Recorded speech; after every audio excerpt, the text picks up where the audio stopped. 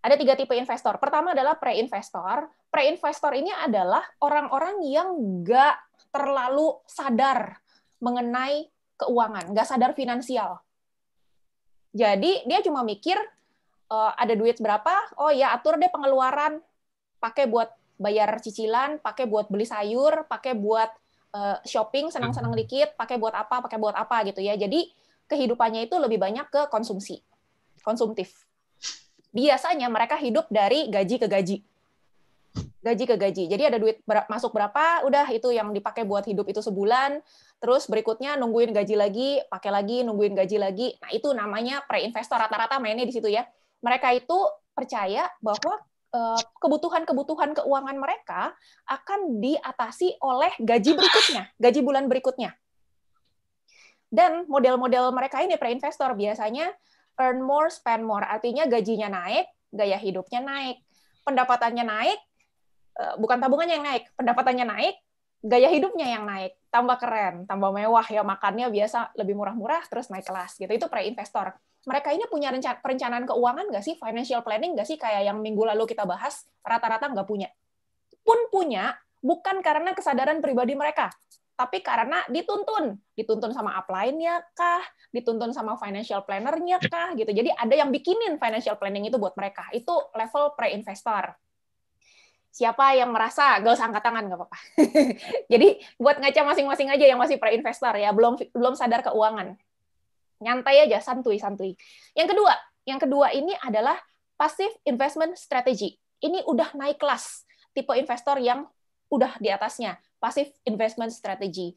Passive investment strategy itu biasanya mendelegasikan tanggung jawab dan otoritas untuk investasi mereka, keputusan-keputusan investasi mereka ke ahlinya. Misalnya mereka ngebayar financial planner, broker, money manager, atau percaya sama para pakar lah yang bikin, misalnya di grup-grup dikasih saran, oh beli saham ini sekarang lagi bagus, jual yang ini. Nah mereka tuh nurut aja tanpa paham fundamentalnya apa. Pokoknya ya udah percayaan aja sama ahlinya ya. Ini yang kedua nih, passive investment strategy. Buy and hold with mutual funds or stock fixed asset allocation, averaging down. Pokoknya keputusan-keputusan finansial itu ngandelin expertnya. Mereka kerja keras untuk ngumpulin duit, tapi kan untuk ngumpulin duit ini kan kerja keras nih. Tapi mereka nggak pakai energi yang sama besarnya untuk bikin duit kerja buat mereka. Jadi effort mereka nggak segede itu untuk diinvestasi. Mereka lebih kayak berusaha keras untuk cari duit gitu. Nah, yang level di atasnya lagi adalah active investor. Active investor tuh apa sih? Investor yang kayak apa sih yang dibilang aktif ya?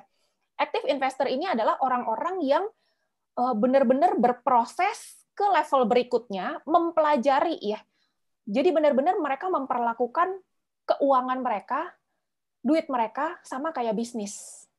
Gitu. Jadi mereka kalau bisnis kan orang nggak mungkin nyantai-nyantai aja percayain aja sama orang, kan nggak ya. Kalau bisnis itu kan orang benar-benar pelajari, oh orang bisnis restoran gimana caranya biar lebih laku, oh orang bisnis marketing, digital marketing gimana caranya biar lebih maju lagi gitu.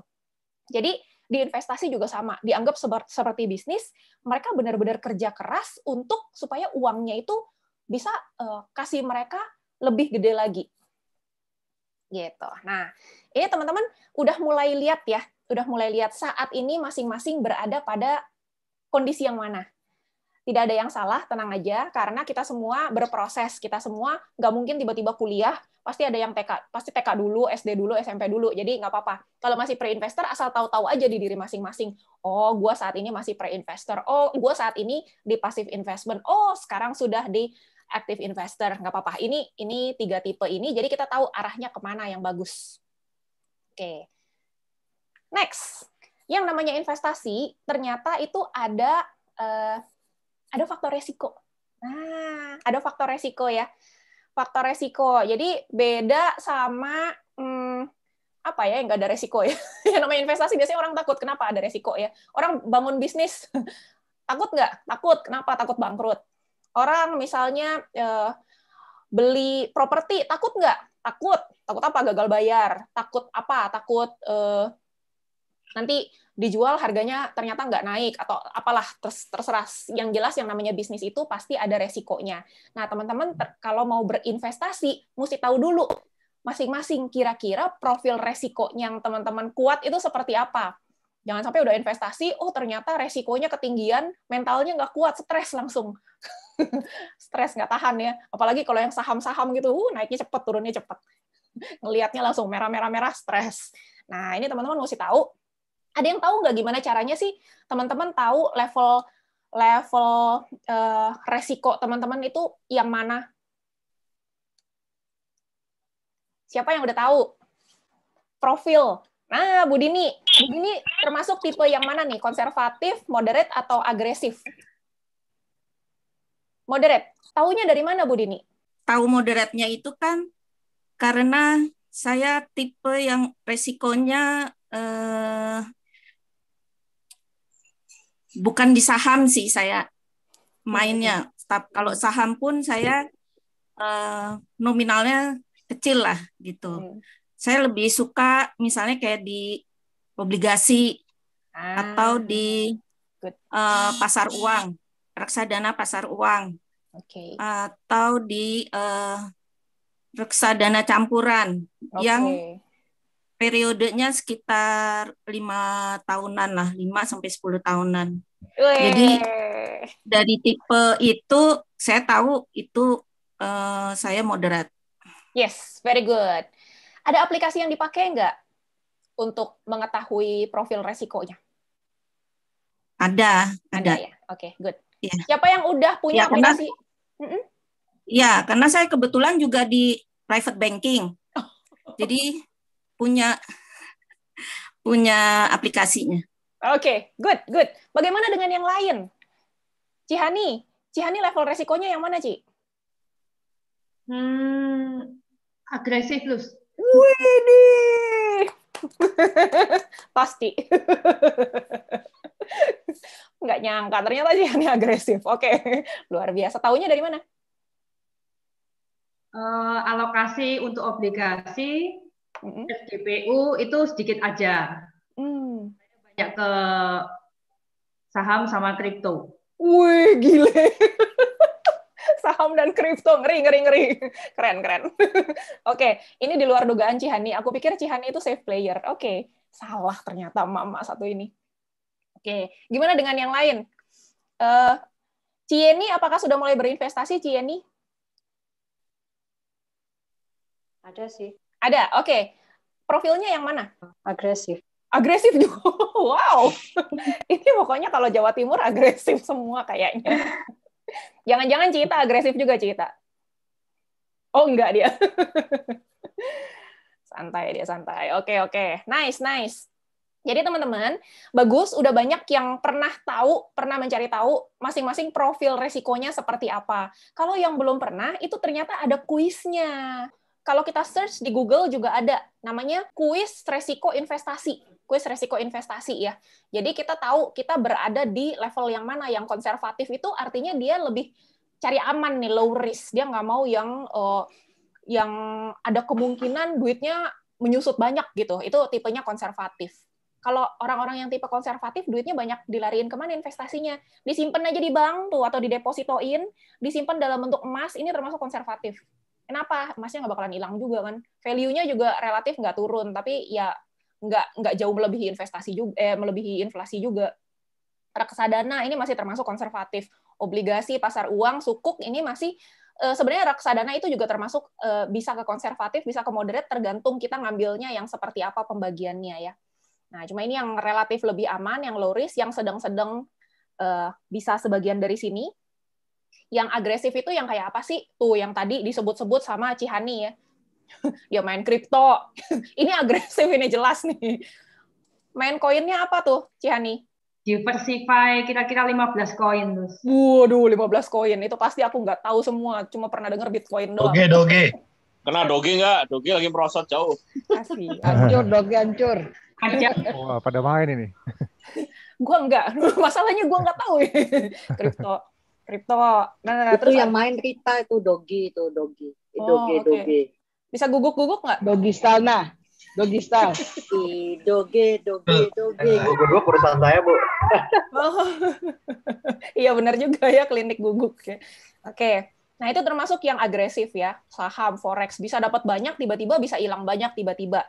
Nah, teman-teman bisa mengetahui profil resiko masing-masing. Kalau aku taunya dari aplikasi Bibit ya. Aplikasi Bibit itu aplikasi reksadana. Pada saat kita daftar jadi anggotanya, jadi nasabahnya Bibit itu, kita ditanya dulu. Ada beberapa pertanyaan kayak, kalau seandainya kamu investasi terus turun 15%, apa yang akan kamu lakukan gitu? Apa cut loss? Apa mau tambahin investasinya karena berharap nanti naik atau gimana-gimananya. Jadi si aplikasi itu punya robot yang akan nempatin kita, kira-kira kita nih di level yang mana, level resikonya ya.